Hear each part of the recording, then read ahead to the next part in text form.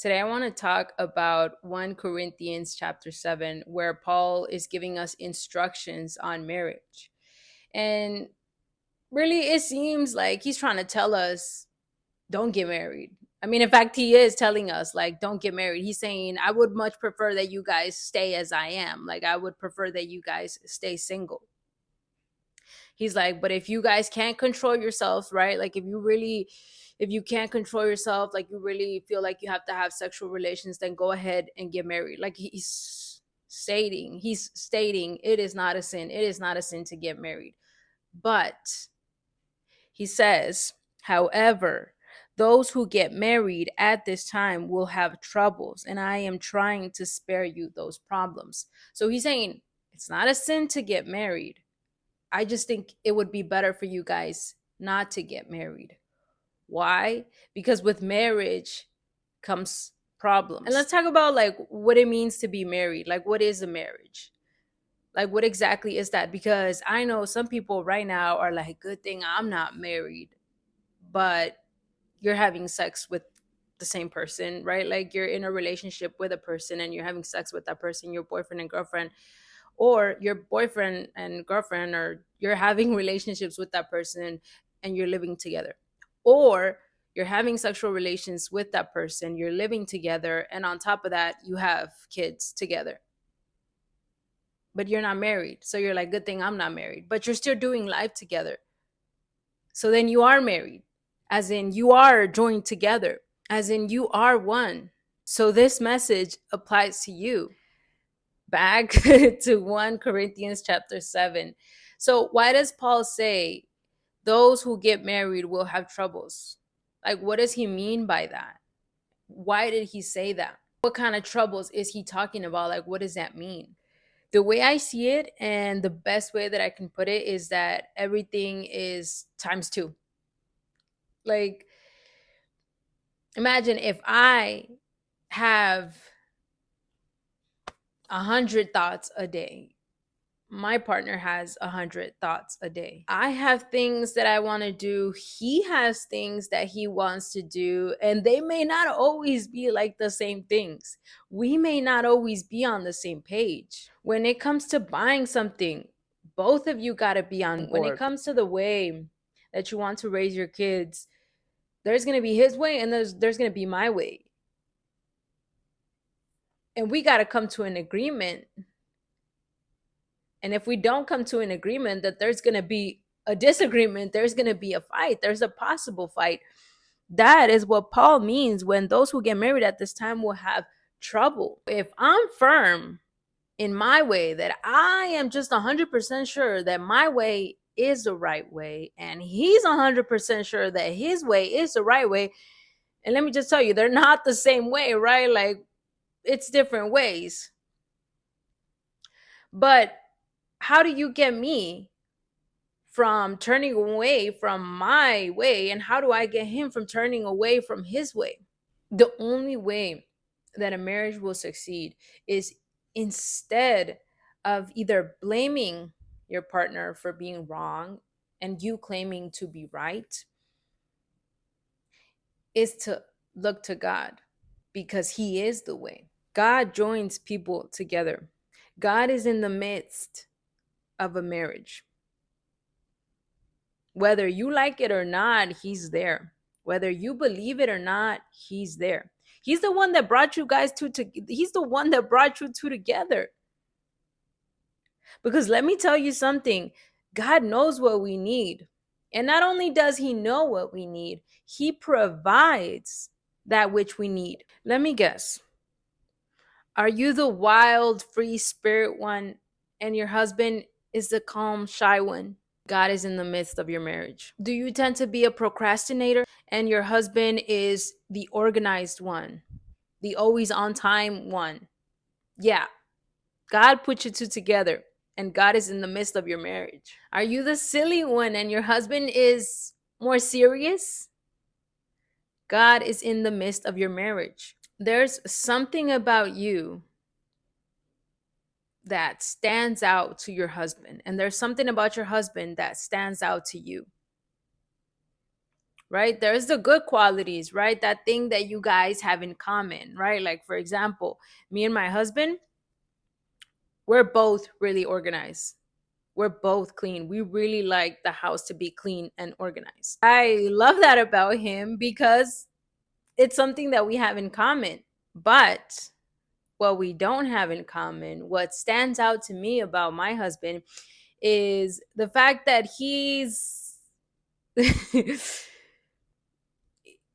laid back, kind of not serious, like he's funny, he's silly, and I'm the more like serious, the one that's trying to reflect about everything, and I'm trying to make sense of everything, and I'm just trying to understand everything. So when I'm trying to be serious and I'm trying to make sense of something and he's over there cracking jokes, we clash because I'm like, you never take anything serious. I am trying to talk to you. I am trying to.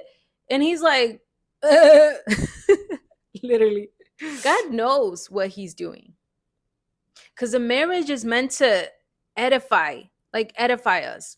Like it's meant to enrich us. It's meant to make us better, right? Like if we're about to, like if God is about to join two people together, like he doesn't want to make your life worse, he doesn't want to make you guys fight. He's trying to make you better, he's trying to make you grow, he's trying to make both of you grow to be better together. There's been times where I'm just like sharing with my husband, like I'm telling him, like I'm just like letting it all out to him, right? I'm like, can you believe she did this? Can you believe she said this? Can you believe he did this and he did that? Like what?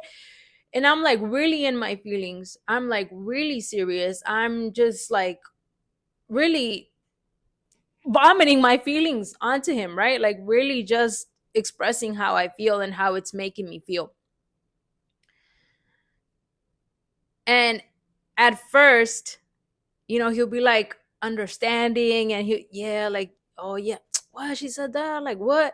But then I'm still going. Like I'm still going at him and I'm still like even like you can tell like my feelings are getting intense and he'll be like, yeah, like se le pasará. Like he'll make a joke where it's okay, like let it go, like and before that was just like, what? Like what are you talking about? And now I just see it as like, let it go. Like literally just let it go. Like forgive that person. Déjala, like se le pasará. Like he brings me back out of my feelings. Like he just like pulls me out of the feelings, right? Like, and my sinful nature wants to get mad at him, right? Like I said, like before I would get mad at him, kind of like, why aren't you taking me serious? Like I'm really in my feelings. And he's just like, and now, he'll just zap me out of it. And I'm like, oh, you're right. Like I was doing too much. Like I was literally letting that consume me and it's not a big of a deal. Like it's not. Oh. And I really feel that God is using me to bring some seriousness into his life. Because obviously when it's all jokes, then you're not taking life seriously. And when you're taking everything seriously, then you're not having fun with life. You're not being joyous. You're not living in peace because you're taking everything so seriously. So that's why I really truly believe that God knows what you need and he'll give you that which you need. Are you lazy? Then God is going to give you a husband that is going to discipline you. Are you outgoing and love to be at parties? Then God is going to give you a partner that loves to stay at home. Are you a dreamer that just dreams big? Then God is going to give you someone that is going to help you tone it down a bit. And right here, I'm just talking about extremes. Like when you're too extreme on this one thing, when you're not balanced, you're like way too far off the deep end, right? Like, I'm not talking about that one thing that you two have in common and you love that about him and he loves that about you, because that's what brought you two together, right? I'm not talking about that. I'm talking about that one thing that you're too extreme on, that one thing that is holding you back, that one thing that makes you clash with your husband. That one thing that makes your husband clash with you. God is using that because that's what you need. That's what you need to be better, to grow. In 1 Corinthians chapter 7, Paul is just going on and on about, like, don't get married. But basically, if you really feel the need to get, if you just really want that, right? Like, you really want that, it is not a sin to get married. He clarifies that a couple times. It is not a sin to get married. Go ahead and get married, but know what you are getting into. Know that you are making a commitment. You are accepting a commitment. You are accepting to be committed to this one person. Literally, it's because through the bad times and the good times, through everything and anything, you are to be committed to this one person for life. If you're choosing to get married, then you must be willing to learn from that other person, to accept correction from that other person. You must admire that other person, because you can't accept correction from someone you don't admire, from someone you don't love, from someone you don't respect. You must be willing to correct that other person. This big one, you must be willing to forgive and to forget. For me, what helps with forgiveness is just knowing that literally God forgave me.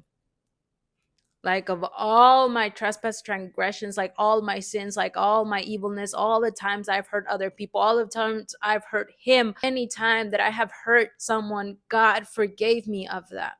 So if God has been so gracious with me, so loving with me, so merciful with me, so compassionate with me, then the very least that I can do is do the same to others.